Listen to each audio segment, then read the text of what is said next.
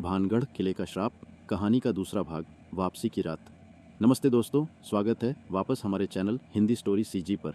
अगर आपने पहला भाग नहीं देखा तो ज़रूर देखें। वो भानगढ़ की पहली डरावनी रात की कहानी थी, जहां आरव, नेहा और विक्रम ने पहली बार किले में रात बिताई और वो भयानक अनुभव झेले। आज हम लेकर आए हैं उस कहानी का अगला भाग, वापसी की रात। ये भाग और भी डरावना है क्योंकि इस बार तीनों दोस्त वापस भानगढ़ गए। लेकिन क्यों और क्या हुआ उनका? राजकुमारी रत्नावती की मौत का असली राज क्या था और वहाँ कितनी आत्माएं भटक रही हैं, सब जानेंगे इस कहानी में। अगर रात का समय है तो लाइट जलाकर बैठिए, हेडफोन लगाइए, क्योंकि ये कहानी आपको उस श्रापित किले की गहराइयों में ले जाएगी जहाँ से वापसी हमेशा आसान नहीं होती। तो चलिए शुरू करते हैं। पहली ट्रिप के बाद 2 साल बीत चुके थे। आरव, नेहा और विक्रम की ज़िंदगी बदल गई थी। आरव का यूट्यूब चैनल तो हिट हो गया था। उसने वो वीडियोज़ एडिट करके भानगढ़ की रात सीरीज़ बनाई, लेकिन आखिरी क्लिप कभी अपलोड नहीं की। वो क्लिप जिसमें औरत की हंसी और सफ़ेद साड़ी का फ्लैश था। नेहा पूरी तरह ठीक हो गई थी, लेकिन वो कभी अकेले नहीं सोती। रात में सपने आते, आईने के पास खड़ी एक औरत फुसफुसाती, वापस आओ, श्राप पूरा करो। विक्रम, जो पहले सबसे ज़्यादा स्केप्टिकल था, अब पैरानॉर्मल स्टडीज़ पढ़ने लगा। उसने किताबें खरीदी, लोकल स्टोरीज कलेक्ट की, लेकिन सबसे बड़ा बदलाव नेहा में आया। वो पहले डरपोक थी, लेकिन अब वो कहती, मुझे लगता है वो राजकुमारी मुझे बुला रही है, शायद श्राप तोड़ने के लिए। फिर एक दिन नेहा का फ़ोन आया, वो रो रही थी। आरव, विक्रम, मुझे सपना आया। राजकुमारी रत्नावती ने कहा, वापस आओ, श्राप खत्म करो, वरना तुम तीनों कभी शांत नहीं पाओगे। नेहा की हालत ख़राब हो रही थी, वजन कम हो रहा था, आंखें अंदर धंस गईं। डॉक्टर कहते साइकोलॉजिकल, लेकिन पंडित ने कहा एनर्जी चिपक गई है, वापस जाना पड़ेगा, वहाँ जाकर माफ़ी मांगनी पड़ेगी। आरव और विक्रम राजी नहीं थे। पागलपन है यार, लेकिन नेहा की हालत देखकर मजबूर हो गए। वो सोचते अगर वापस गए और कुछ रिचुअल किया तो शायद नेहा ठीक हो जाए। इस बार प्लान अलग था। दिन में जाना, गाइड राम सिंह को साथ लेना और सिर्फ राजमहल तक जाना जहाँ राजकुमारी का कक्ष था। कोई रात रुकना नहीं। दिसंबर फिर आया, ठंडी हवाएं। तीनों फिर जीप में सवार होकर भानगढ़ पहुंचे। राम सिंह को फ़ोन किया, बूढ़ा गाइड डर गया। नहीं बाबूजी, मत जाओ, तुम्हें चुना है वो। लेकिन नेहा ने जिद की। राम सिंह मान गया, लेकिन कहा मैं सिर्फ बाहर तक, अंदर नहीं जाऊंगा। दिन के 2:30 बजे वे किले में घुसे। सूरज अभी ऊंचा था, लेकिन हवा में वो पुरानी ठंडक। नेहा सीधी राजमहल की ओर चली, वो जैसे ट्रांस में थी। यहीं राजकुमारी रहती थीं। आरव और विक्रम पीछे पीछे। वे ऊपर वाले कमरे में पहुंचे, वो कमरा जहां टूटा आईना था। नेहा आईने के पास खड़ी हो गई। मुझे दिख रही है वो? आरव ने पूछा। क्या दिख रहा है? नेहा बोली, राजकुमारी रत्नावती, सफ़ेद साड़ी, लंबे बाल। वो रो रही हैं, कह रही हैं श्राप मेरी गलती नहीं थी, तांत्रिक ने किया, लेकिन मैंने भी। नेहा ट्रांस में थी, उसकी आंखें पलटी हुईं।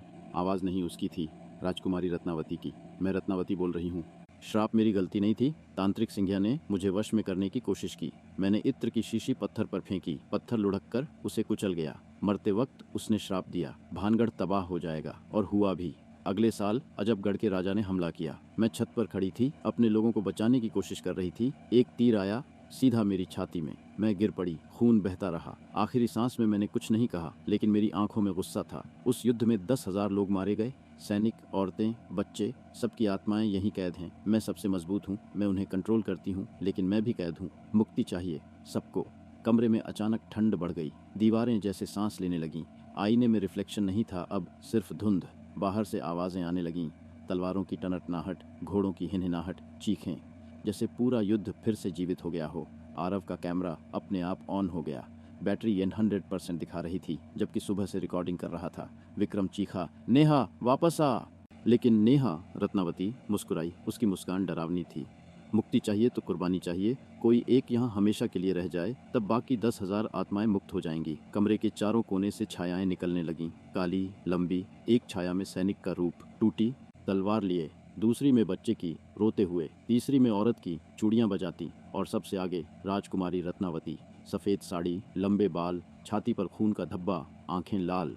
आरव पीछे हटा, उसका पैर फिसला, वो गिरते गिरते संभला। विक्रम ने नेहा को पकड़ लिया। हम जा रहे हैं, लेकिन दरवाज़ा जोर से बंद हो गया। लकड़ी चरमराई, बाहर से ताला लगने की आवाज़। कमरे में हवा घूमने लगी, तेज, चक्रवात जैसी। कागज़, धूल, टूटे पत्थर उड़ने लगे। रत्नावती की आवाज़ गूंजी, अब सिर्फ नेहा से नहीं, पूरी दीवारों से। चुनो, कौन रहेगा? नहीं चुना तो तीनों यहीं कैद हो जाओगे। श्राप और मजबूत हो जाएगा। नेहा का शरीर कांपने लगा, उसकी नाक से खून बहने लगा। आरव रो पड़ा, नेहा को छोड़ दो। विक्रम ने चारों तरफ देखा, छायाएं करीब आ रही थीं। एक सैनिक की छाया ने उसकी गर्दन पर हाथ रखा, ठंडा, हड्डी जैसा। विक्रम चीखा, तभी विक्रम ने फैसला लिया। वो आगे बढ़ा, सीधा रत्नावती की छाया के सामने। मैं रह जाता हूँ। उसकी आवाज़ कांप रही थी, लेकिन आंखों में दृढ़ता। नेहा और आरव को जाने दो, मैं कुर्बानी देता हूँ। कमरे में एक पल के लिए सन्नाटा छा गया। हवा रुक गई, छायाएं रुक गईं। रत्नावती की छाया मुस्कुराई, इस बार दुखी मुस्कान। अच्छा चुनाव, साहसी युवक।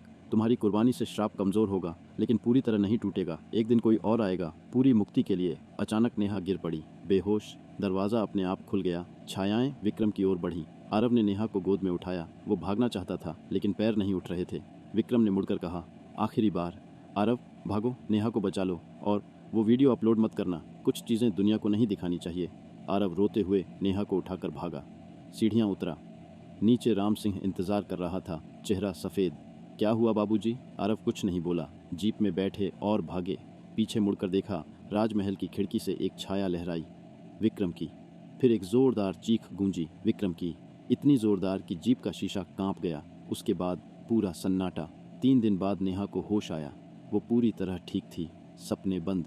लेकिन विक्रम कभी नहीं लौटा। लोकल लोग अब कहते हैं कि रात में किले में एक नई आत्मा दिखती है, एक युवक की, टॉर्च लिए, जो आने वालों को चेतावनी देता है, मत आना, श्राप अभी बाकी है, कुर्बानी पूरी नहीं हुई। आरव आज भी वो आखिरी वीडियो अपने पास रखता है। उसमें क्लाइमेक्स का वो पल रिकॉर्ड है, विक्रम का फैसला, छायाओं का घेरा, रत्नावती की मुस्कान। लेकिन वो कभी अपलोड नहीं करेगा। कहता है, विक्रम ने अपनी जान देकर हमें बचाया, मैं उसकी कुर्बानी बेकार नहीं जाने दूंगा। दोस्तों, राजकुमारी रत्नावती की मौत एक तीर से हुई थी, युद्ध में।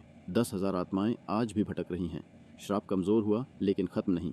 शायद एक दिन कोई और जाएगा पूरी मुक्ति के लिए, लेकिन आप मत जाना, दिन में भी मत जाना अकेले, क्योंकि वो किला अब भी इंतजार कर रहा है अगली कुर्बानी का। कहानी कैसी लगी कमेंट में बताएं। अगर रोंगटे खड़े हो गए तो लाइक और शेयर जरूर करें।